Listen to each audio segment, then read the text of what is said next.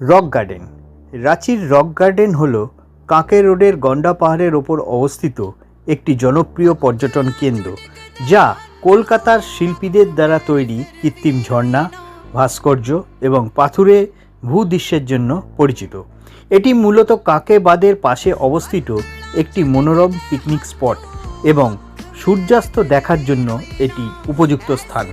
শহরের কোলাহল থেকে দূরে এটি একটি আদর্শ ভ্রমণের জায়গা। কিভাবে আসবেন? রাঁচির অ্যালবার্ট এক্কা চক থেকে প্রায় 4 কিলোমিটার দূরে যে কোনো অটো বা ট্যাক্সি নিয়ে সহজেই এখানে আসা যায়। আর এই রক গার্ডেন কখন ঢুকতে পারবেন? সময় হচ্ছে সকাল 9টা থেকে সন্ধ্যে 8টা।